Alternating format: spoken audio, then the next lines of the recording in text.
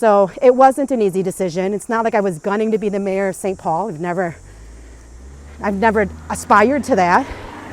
But when my city and the people within my city are telling me they are hurting and they need a better partner, I love the city and I want to be there for them and I want to do better by them.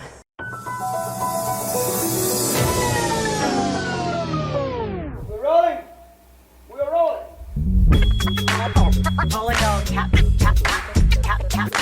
This is a real thing. Real thing.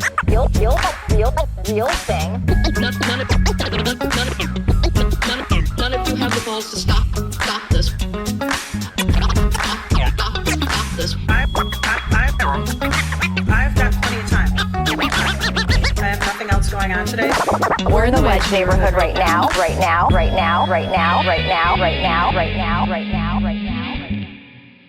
Are you going to judge me getting on my bike? No, because I used to get on like this, I used to do this thing. Do you do that? Is that wrong? No, it's not. I did that, but I also noticed that like people who don't ride a lot can't do that. Huh. Well, I want you to judge me because you made a big deal out of it.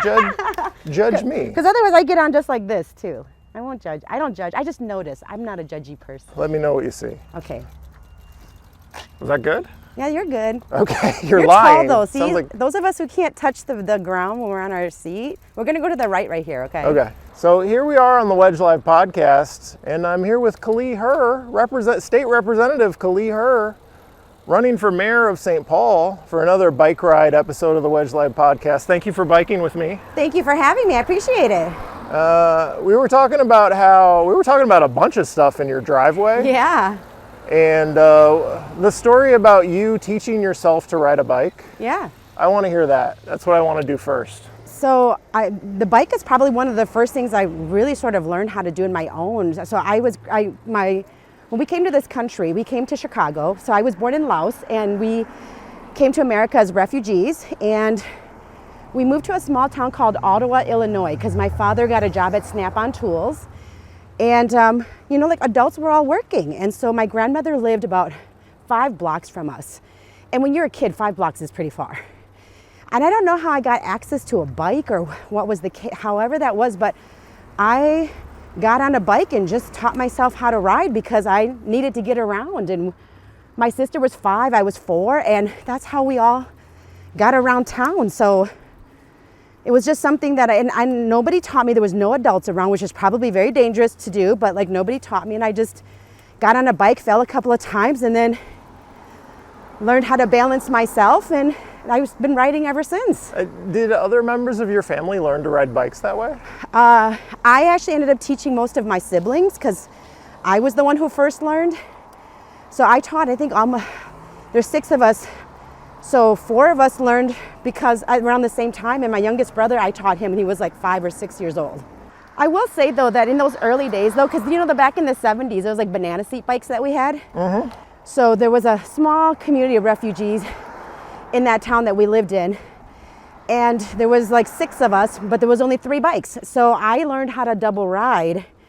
I mean, I moved away when I was 6, so I was double riding other people by the time I was 5 years old, because that was the way we got around. Are you a particularly adventurous person? I don't think that I am, but I've been told that I am. Well, you ride a motorcycle. I do, yes. Are you a risk-taking personality? I think that I'm somebody who believes that you should do as much and learn as much as you can. I'm gonna get in front of you so that this car can pass us. Sounds good. You should do as much as you can and learn as much as you can. Even when you're scared, you gotta do it. I don't know if it's as much because I'm adventurous or just that I believe that you only get to be on this planet once, and you do as much as you can and you push yourself even when you're afraid to do something. Is there something about your personality that shows through in your, this adventurous side, that shows through in your career, your political career? Can you think of things that you do? Yeah. Because Kaohly is just so adventurous and willing to try new things? I would say that I think because I don't see myself as an adventurous person per se, that I think that the things that I've done in my life have been for other reasons. I would say that much of what drives what I do is love and care for other people, which is something that is taught in my community because we are a collectivist culture. And so I think that drives a lot of what I choose to do and how I do it. Like, I'll be really Frank, when I never really thought I was going to run for office, and when I ran for the House seat, it was because people in my district asked me to, because they wanted to have options. And so I ran 3 weeks before the convention and secured the DFL endorsement and went on to win that seat. So it wasn't because I was a politically ambitious person or I wanted to take risks. It was that I loved this city and I loved the people within it and I wanted to do right by them. Was there an incumbent who people were unhappy with? Was it an open seat? What was that election like? No, it was Erin Murphy was the representative, and she had gone on to run for governor. And I had said to myself that I would only consider it if she got the endorsement. Because if she didn't get the endorsement, she was going to come back to the seat and then they were going to endorse her. So we had a really late convention.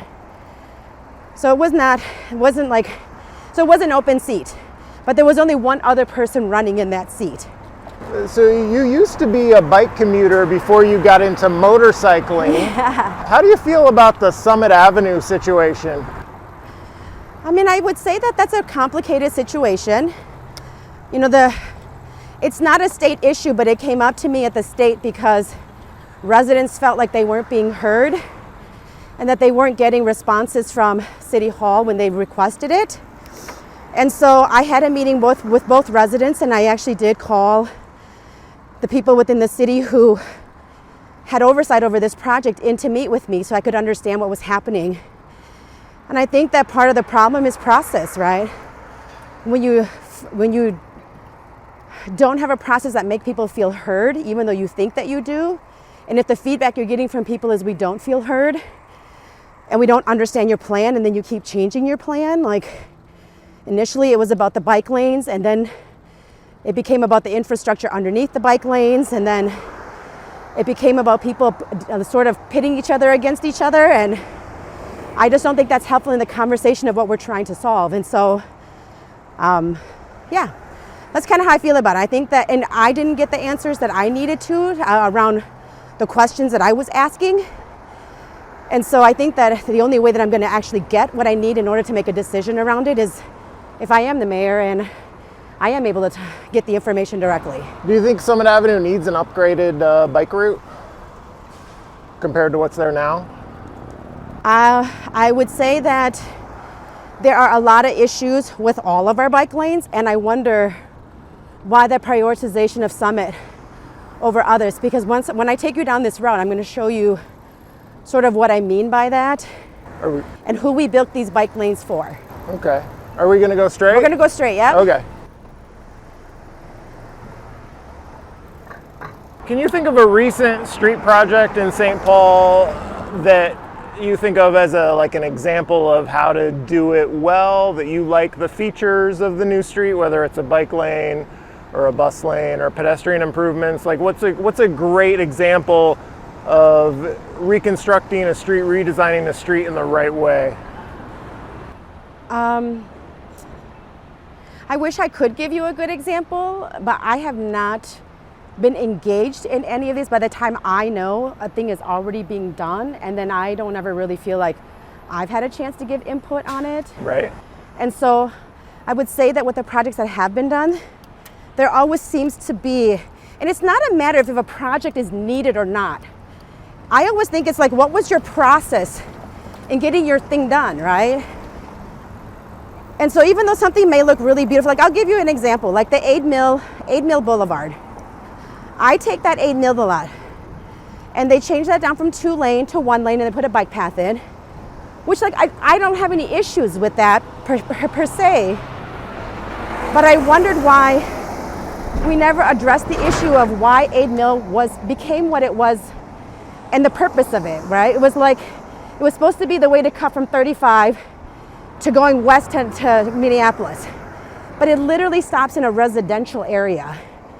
And the explanation to that was, we want to limit the traffic coming into the city from there, which is fine, but then what's the purpose of having that roadway there? Because it's not like it's used, I just don't understand the purpose of its use. And then the bike lane there, like I'm invested in building bike lanes for people who have to actually use them to get around.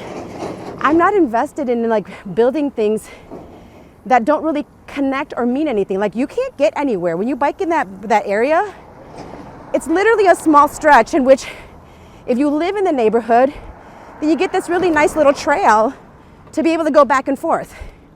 But it doesn't really take you anywhere. You don't really do anything on it. And so you really spent a lot of money for something that I don't think is truly functional, right? Could you have done a better job of employing those funds somewhere else?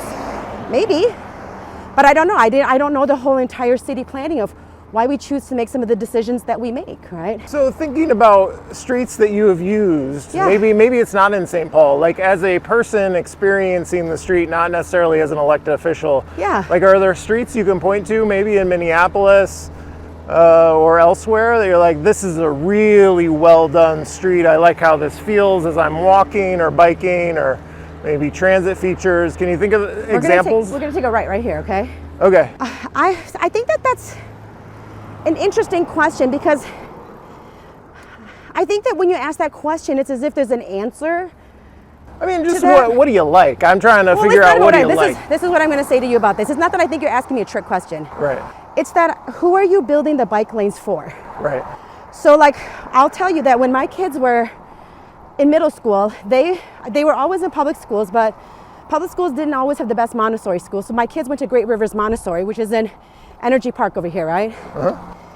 But then we build these bike lanes, and if you look at the grid of the bike paths, it doesn't actually get people places. And so like I had my kids bike to school, I took them on their first bike ride to bike the path I wanted them to bike on. And it was the path that was the least busy, with the least amount of stops, and with the least amount of alleys, because people always hit you coming out of alleys. If that's when you're going to get hit, it's because of that, right? Right. And so, I can get up this little hill here. You got to give us a hill. You picked the route. I did, but this is the only kind of big hill that we have to ride up, and it's not even that big. And so, when you talk about bike lanes and who's creating them for who, it wasn't created so that my kids could use them to get to school, because they actually didn't use the bike lanes to do that. The bike lanes are created for people who like to ride around the city. And so when you ask me, have I seen one done really well? I would say not necessarily, because it depends on who you're building the bike for. If you built it for people to bring their really expensive bikes like we have to ride around or to train ourselves, sure, the bike lanes are well built. Are we riding expensive bikes? I think yours is. Hmong people would say mine's expensive, right? Because we bike whatever bike you can find that don't even have gears. Like in my low-income neighborhoods, in my community, they're riding bikes wherever they can find bikes, right? And like they're riding it as their transportation, not as a leisure thing. They don't even have gears sometimes. So are you saying that St. Paul has focused too much on recreational trails and not enough on commuter routes for cyclists? Well, I wouldn't say that for sure, because I don't know their reasoning for why and how they prioritize bike trails.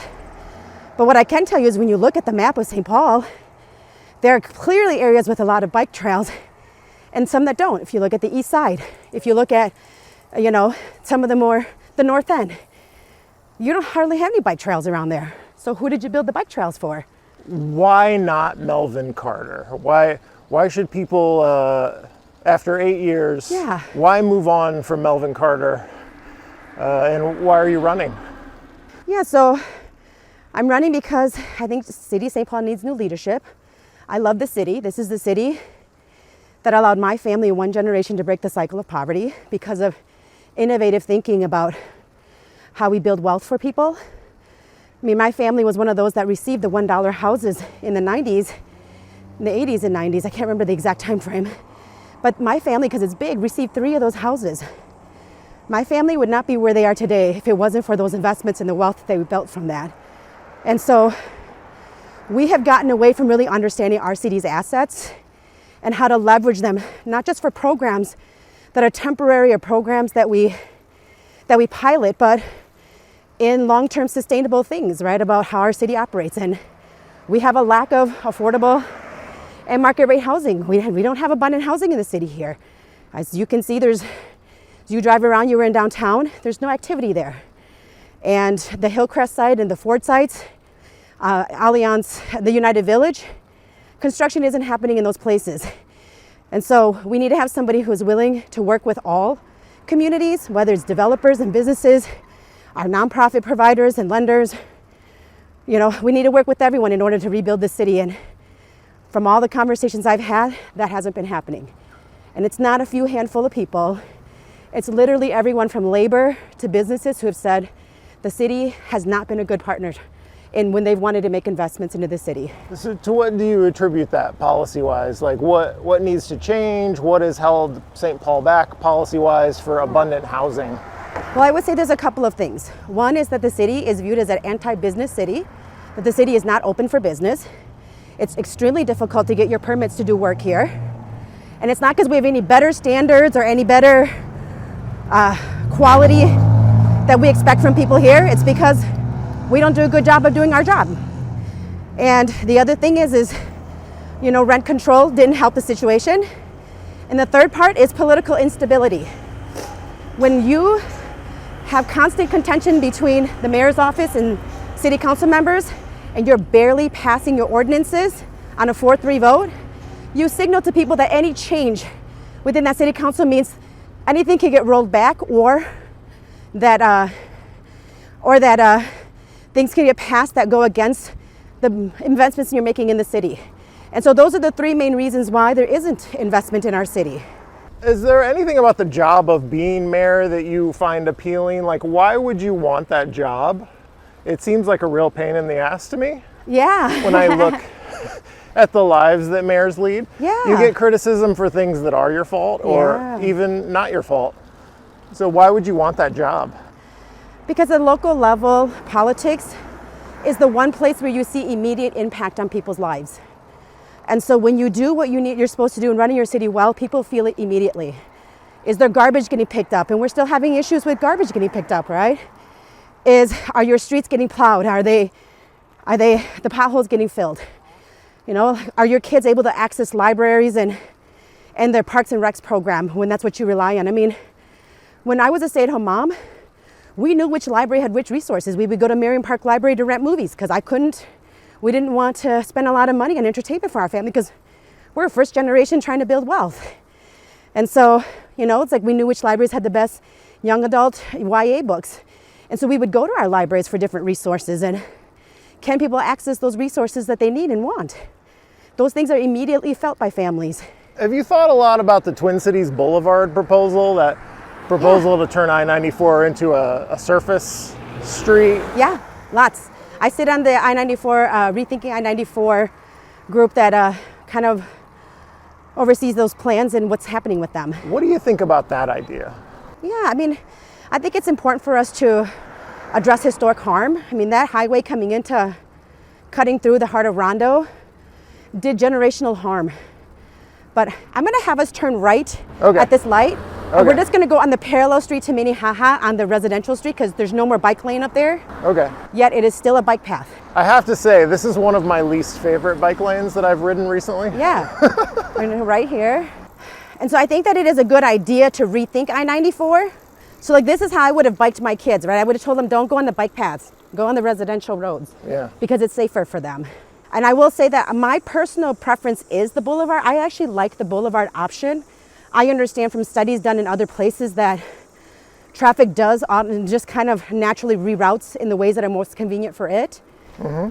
But I'm also really thoughtful about the fact that I talked to the group that's working the Rondo Land Bridge, and they don't prefer the boulevard option because of their plans and what they want to build on top of the highway. And so I've talked to both groups, and I've actually asked them to talk with each other because they both have really great goals of what they want to try to do. One is trying to rebuild and address the harm that was caused by the Rondo neighborhood, but the other one is trying to address the pollution and the amount of traffic and what that means to people who have to live by the most polluted areas from car exhaust.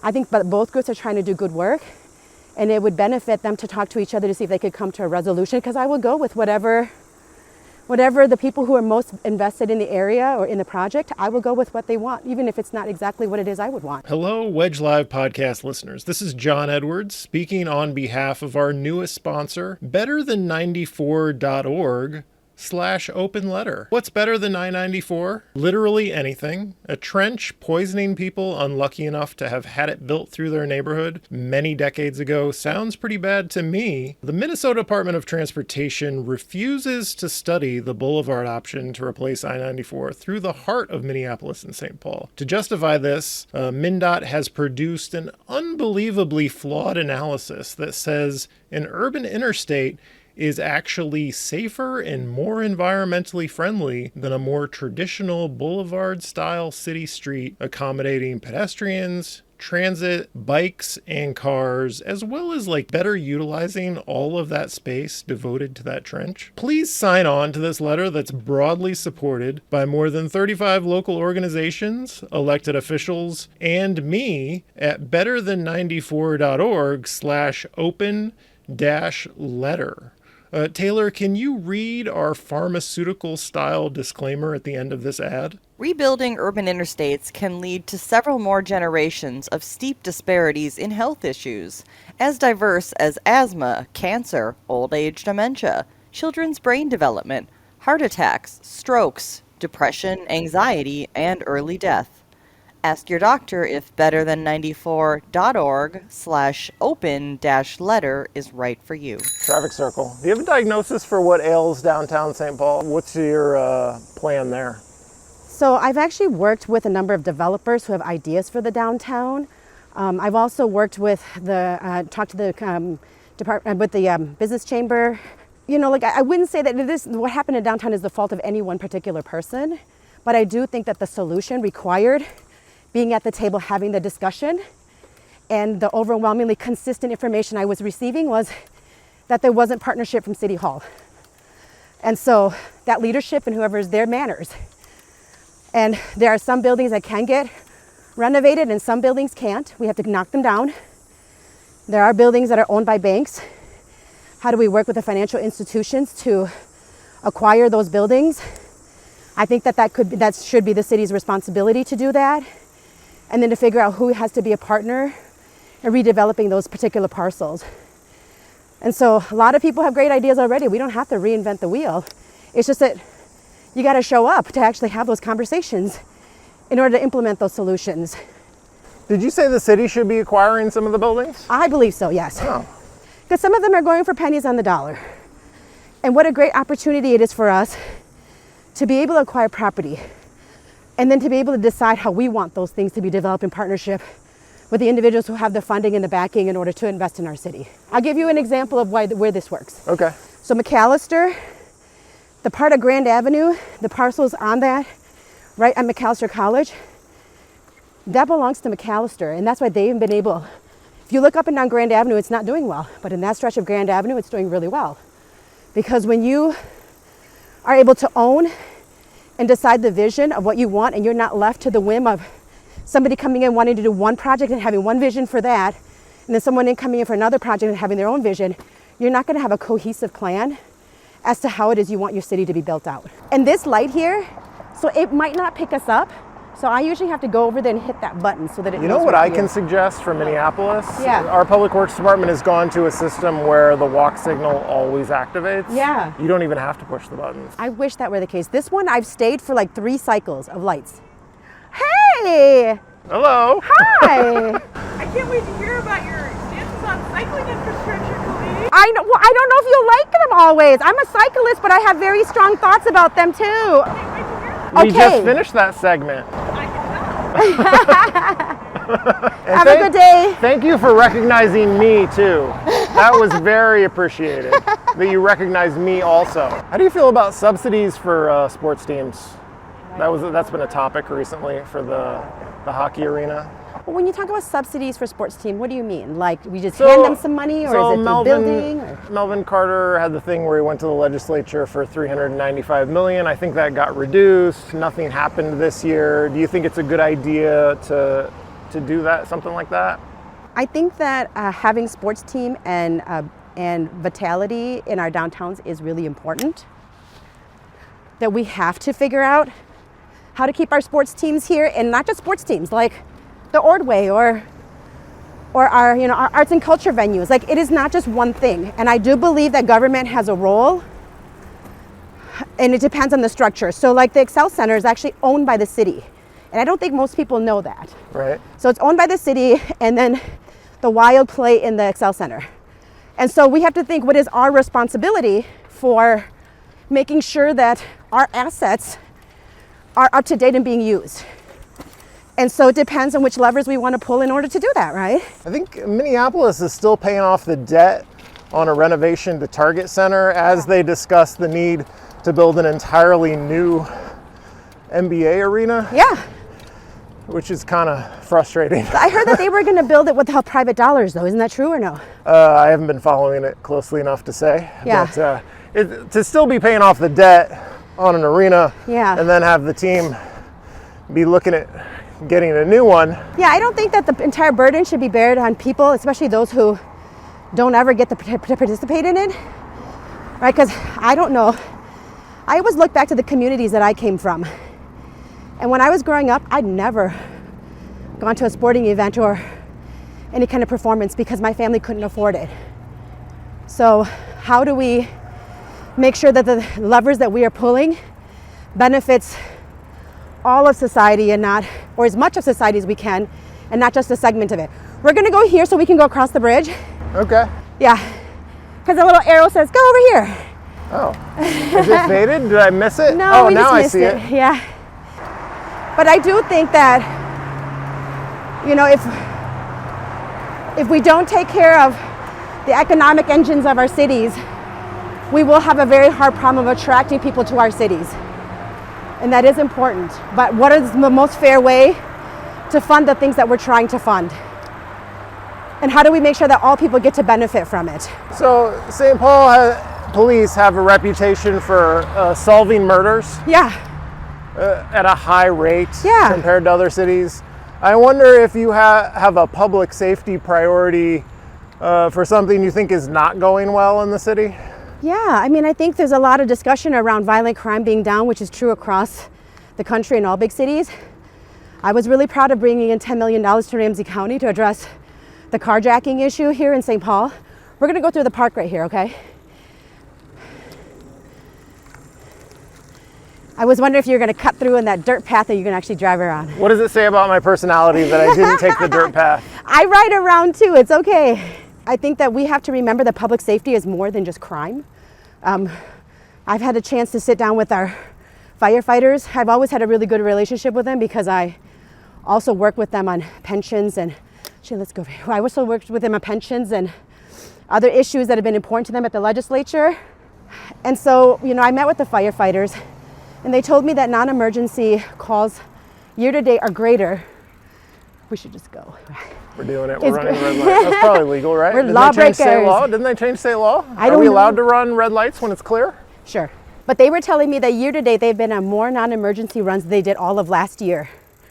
And that we have not actually increased any resources to our fire. And I don't know if you know this, but St. Paul is very unique. It's the only city one of the only cities in the state of Minnesota where all of our EMS services come from fire, not from the hospitals. And so I asked them, well, why are the runs up? And they said, because people are using emergency services as their health care. And with the issue with fentanyl, that there's all of these things sort of together has created this situation for them. And they said, plus people are getting older and they're getting sicker, right? It's a trend of our demographics in this country. And so when I think about that, that's part of public safety. That if you can't deliver your non-emergency services, and now you have people who are, maybe, not doing well and needing services, and maybe needing life-saving services, but we're not able to get them the resources that they need. And our firefighters have always done our EMS, they've always done a great job. But how much longer do we expect them to be able to do that with the resources they have? With all the deferred maintenance on their ambulances and on their fire trucks, with no plans of how to deal with all these hundreds of millions of deferred maintenance dollars, right? Like, that's all part of public safety. And those are the things that don't get planned for in the budget. So I don't know how much your legislative career overlaps with healthcare. Are you on any healthcare related committees? It's very big. I sat on health committee and I did a lot of work around trying to increase reimbursement, especially for mental health services. But I also, as the DFL Chair of Commerce, I also oversee the individual market and the pricing of that. So I do quite a bit in healthcare. I'm very scared of what's going to happen when all of these people get cut off their Medicaid. Yeah.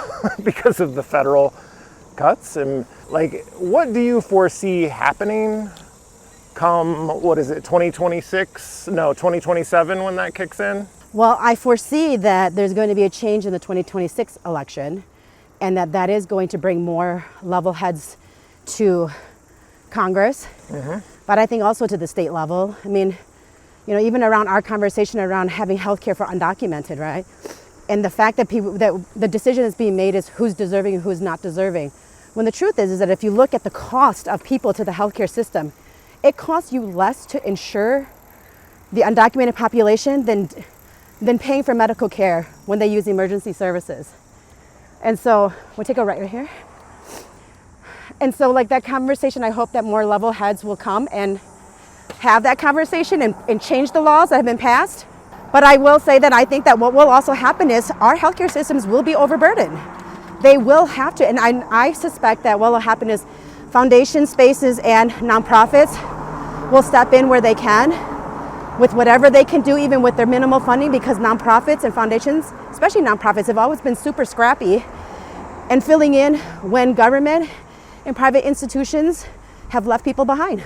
Is the state in a position to fill that gap? The state is looking at a structural deficit, so that's going to be a challenge.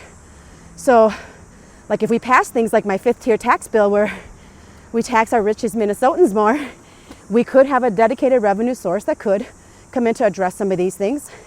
I think that we as Minnesotans have to decide really hard what we really truly care about when we say we care about each other, and who has the ability to give so that we can address a crisis that is in front of us. Let's talk about city revenue. Yeah. Do you have any thoughts on new revenue sources to close the property tax burden? So there isn't just one source that is going to be able to change the situation. One, the only way to increase revenues and to take the burden off of the existing taxpayers, homeowners, and the base here that pays the property taxes is to increase the number of people who live here, which means we have to grow housing. And as much as I will always be supportive of deeply affordable and affordable housing, we have to build market rate units, because bringing those in are the ones that are going to add to our tax base. And then the other thing so we have to do that. And then I've been exploring the idea of an urban wealth fund. My background is in investments and finance, so it's something very much in my wheelhouse. Asia and Europe have been using urban wealth funds for a long time, Copenhagen, Hamburg, Singapore, Hong Kong, and that it's only something very new that the United States is looking at. So Atlanta is also looking at that, and it's looking at your own city assets and how to leverage those to generate revenues. But I also think that the downtown and the opportunity for investors to come in, that if I am able to work out with the financial institutions how to acquire these buildings, because banks don't want to hold on to buildings, that's not the business they're in either. How do I negotiate working with them on a structure in which we can acquire these buildings and then incentivize individuals who want to invest in St. Paul to come there, and then to give these buildings to them at an affordable price or a good acquisition price, then asking them to contribute to the wealth fund. And the wealth fund and then the revenues generated from the wealth fund can be used to run city services. Are you pro zoning reform? You talk about increasing housing development. Are there zoning reforms you like and would be supportive of? Yeah, I mean, I like what the city's already done. I mean, and credit to our city council members, recent city council members who've really pushed to change ordinances. I am for greater density. I mean, we just don't have the land to build out, so we have to build up. And if property tax is an issue, which it is, I'm hearing from everybody, the only way to change that is to increase density. And so I am very much for that.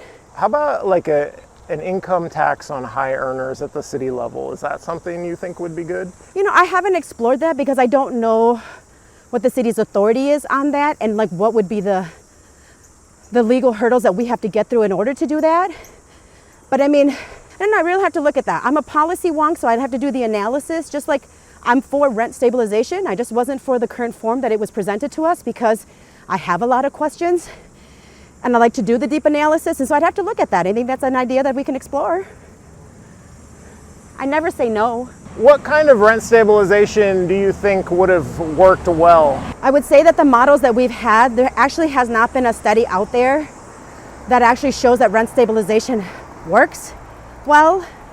I know that people will point to conflicting studies on that, but I think, to be honest, the best way to keep rents stable and affordable is my family grew up in the era of low-income housing in Mount Airy and McDonough. That's government housing. And the only way that you could keep units affordable forever is if government builds it and owns it. And we at the state level passed a couple of different funding sources that will allocate to Ramsey County and St. Paul money towards housing. I think when I last checked, it should have been like 10 to 12 million for Ramsey County and 2.5 million to St. Paul. And so I would like to see partnerships with Ramsey County on how we can build government housing again and keep them affordable and deeply affordable.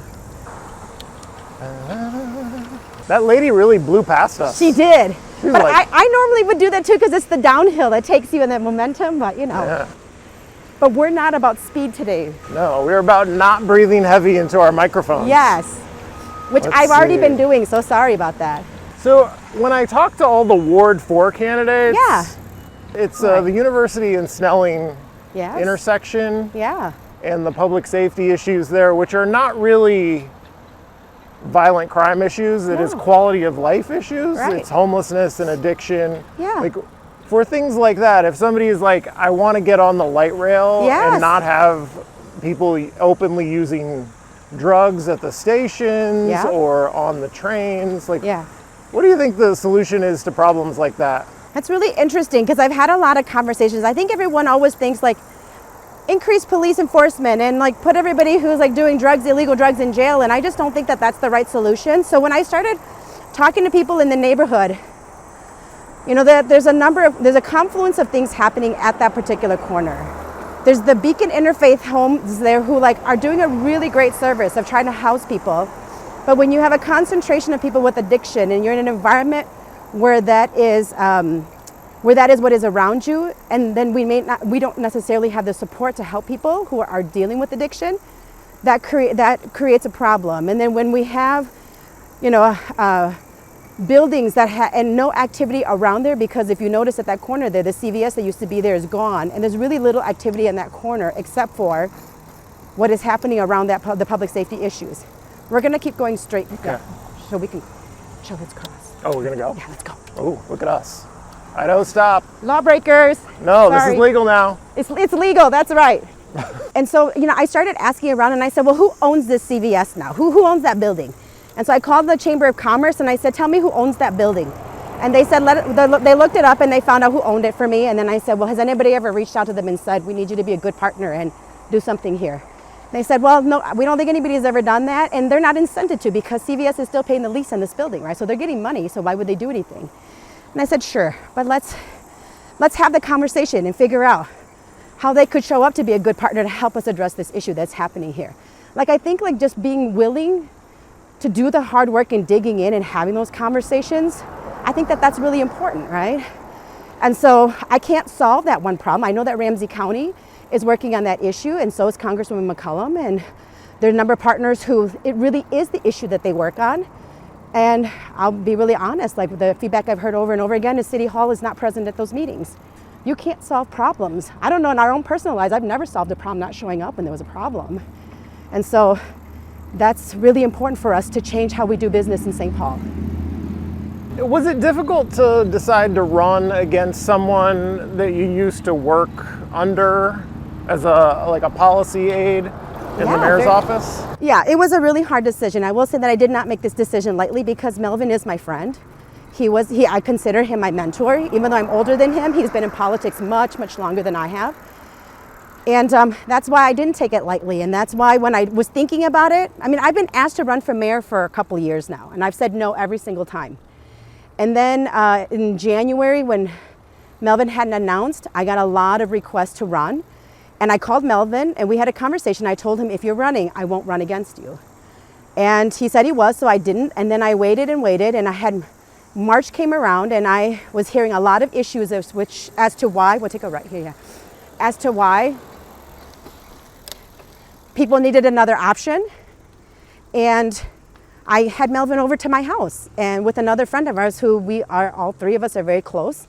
And I had a really frank conversation with Melvin about what was going on with our city. And he didn't believe me. When I said to him, people are saying that City Hall is not responsive, that calls are not being made back, that it's difficult to do business here, he didn't believe me. And so he said he took the information, and I was hoping to see some changes.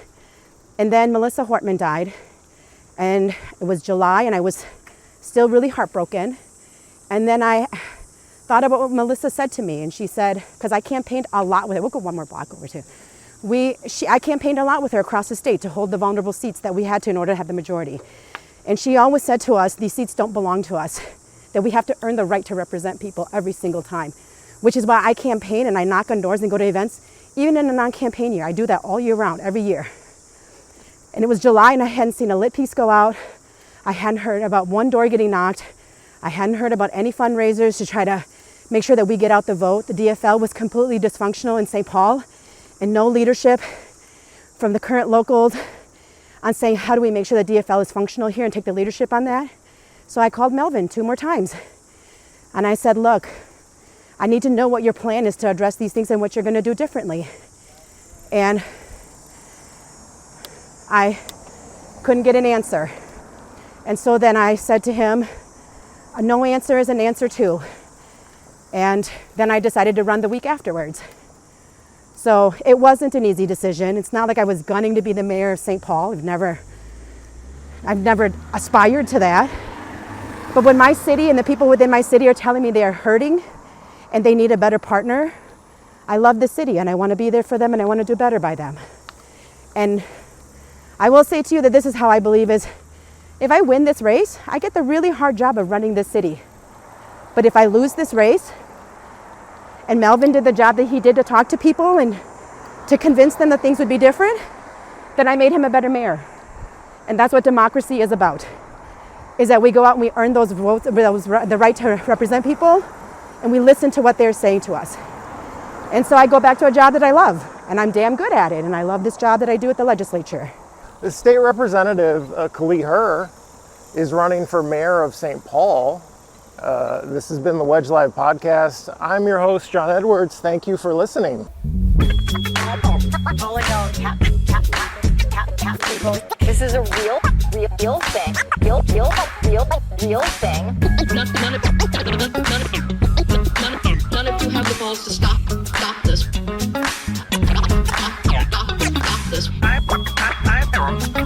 I've got plenty of time. I have nothing else going on today. We're in the Wedge neighborhood right now.